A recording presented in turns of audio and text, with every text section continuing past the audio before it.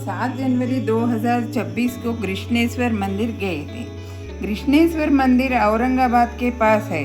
वर्तमान में औरंगाबाद को संभाजी नगर कहते हैं। ये मंदिर एलोरा की गुफाओं से सिर्फ 1.5 किलोमीटर की दूरी पर है।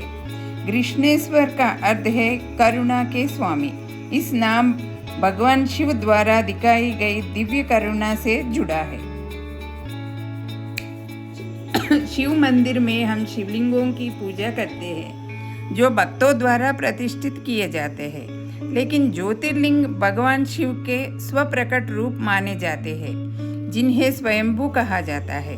ज्योति शब्द का अर्थ है दीप्तमान या चमकदार प्रकाश और लिंग शिव का प्रतीक है। भारत में भगवान शिव के 12 ज्योतिर्लिंग है जो गुजरात में सोमनाथ, द्वारका में नागेश्वर, पुणे के पास भीमाशंकर, नासिक में त्र्यंबकेश्वर, औरंगाबाद के पास कृष्णेश्वर, देवघर झारखंड में बैद्यनाथ, उज्जैन मध्य प्रदेश में ओंकारेश्वर, वाराणसी में काशी विश्वनाथ, रुद्रप्रयाग उत्तराखंड में केदारनाथ, तमिलनाडु में रामेश्वरम और श्रीशैलम में मल्लिकार्जुन। कृष्णेश्वर मंदिर में दर्शन करने के लिए पुरुषों को अपने शर्ट और बनियान उतारना पड़ता है। ऐसा माना जाता है कि ऊपरी वस्त्र हटाकर नंगे सीने दर्शन करने से सकारात्मक ऊर्जा का अवशोषण बेहतर होता है। महिलाएं साड़ी या कुर्ता पैजामा पहनकर दर्शन कर सकते हैं। कृष्णेश्वर ज्योतिर्लिंग की कथा शिव पुराण और पद्म पुराण में वर्णित है। प्राचीन काल में देवगिरी पर्वत के पास सुधर्मा नाम के एक ब्राह्मण रहते थे। उनके पत्नी का नाम सुदेहा थी। उन दोनों को कोई संतान नहीं थी।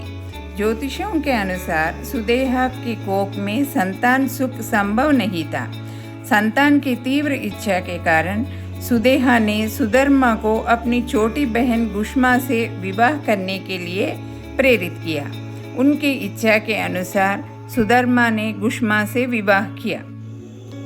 गुष्मा एक अत्यंत विनम्र और गुणवान महिला तथा शिव की परम भक्त थी।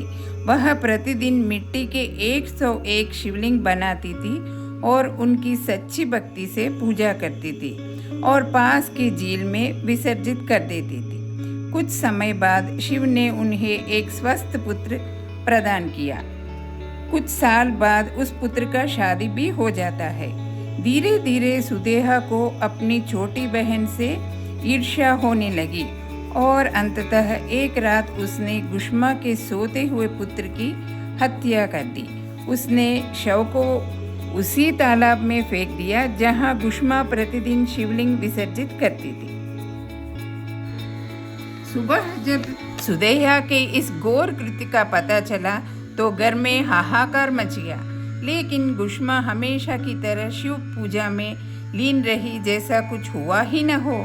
पूजा समाप्त करने के बाद जब उसने शिवलिंग को तालाब में विसर्जित किया तब शिवजी प्रकट होते हैं और उसका मरा हुआ बेटे को जीवित कर देते हैं।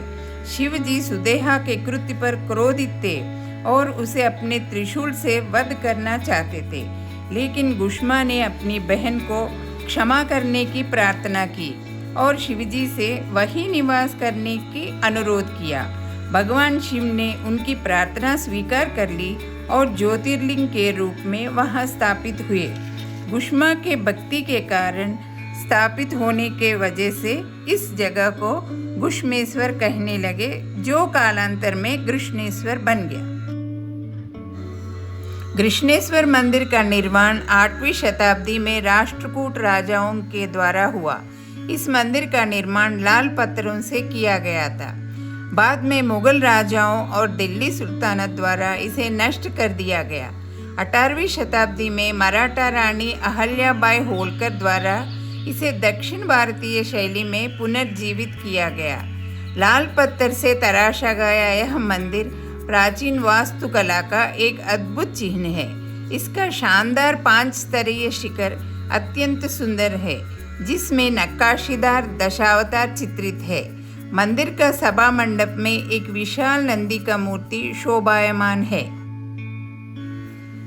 Online booking. श्रद्धालु आधिकारिक वेबसाइट www.grishneswartemple.com के माध्यम से पूजा और अभिषेक बुक कर सकते हैं। मंदिर का समय मंगलवार से शुक्रवार सुबह 6 बजे से 10:30 बजे तक और दोपहर 1:30 बजे से शाम 7 बजे तक है।